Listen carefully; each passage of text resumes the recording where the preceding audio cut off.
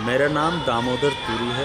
मैं विस्थापन विरोधी जन विकास आंदोलन का अभी 20-21 जनवरी 2015 में जो सम्मेलन हुई उस सम्मेलन का मैं राज्य संयोजक चुना गया हूं।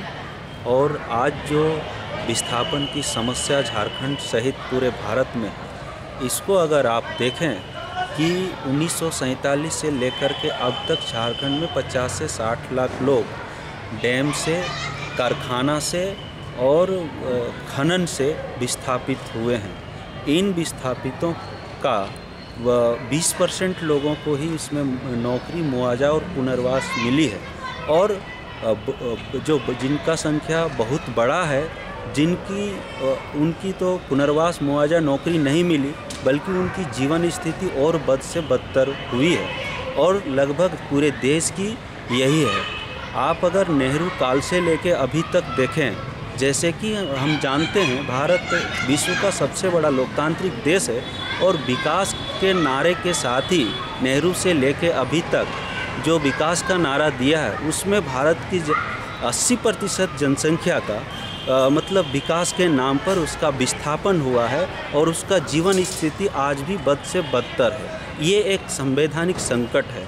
और ये संकट आज जब भाजपा की सरकार पूर्ण बहुमत में आई है, तो फिर से ये बड़ी संख्या में ये संकट आने जा रही है।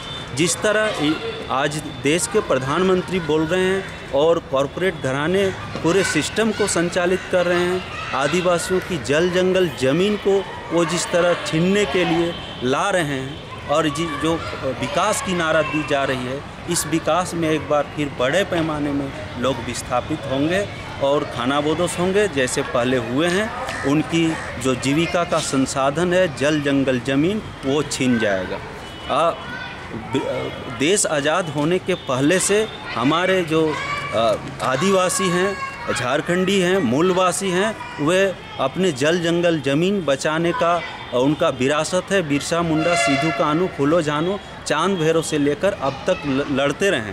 आज़ादी के बाद से भी हमको इस आज़ादी के लंबी सफ़र के बाद हमें कुछ भी नहीं मिला और अभी हमको अपना संकट, अपना जीविका, अपना अस्तित्व बचाने के लिए भी लड़ रहे हैं। तो कहीं ना कहीं हमें जो आज़ादी मिली है, इस आज़ादी में और जो हमें जो संविधान मिली है, ये संवैधानिक संकट है, जिसे हम इससे निकलने के लिए एक ऐसा जन विकास मॉडल चाहते हैं जिसके केंद्र में शोषित उत्पीड़ित जनता हो, किसान जनता हो, मजदूर जनता हो, और हम उसको केंद्र में लाके उनकी विकास करें और एक ऐसा मॉडल विकसित करें जिसमें सभी को खाना, कपड़ा, शिक्षा, आवास, मकान की गारंटी हो और उनको जीने की आज़ादी हो, अपनी बात रखने की आज़ादी हो। आज जब हम अपनी बात रखते हैं, अपनी दर्द को रखते हैं, झारखंडी जनता अपनी दर्द बताते हैं कि हमारे साथ अन्याय हो रहा है, विस्थापन हो रहा,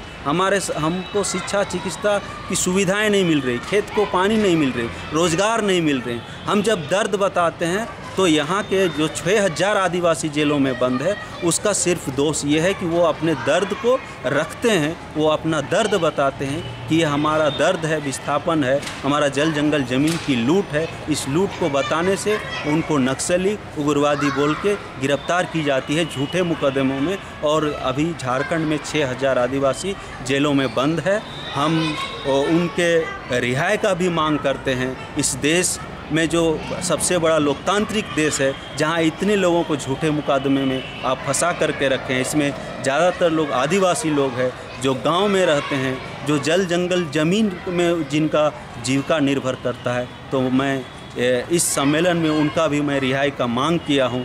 इस सम्मेलन में मैं उन सभी लोगों का जितने भी संसाधन उनसे छीनी जाएगी, उसको भी रोकने के लिए हम पूरे झारखंड स्तर पर व्यापक आंदोलन चलाएंगे। चरणबद्ध आंदोलन होगा और ये फांसीवादी विकास है। इस विकास से जनता की विकास नहीं होगा। हमने पिछले 67 साल में ये चीज़ को देखा है।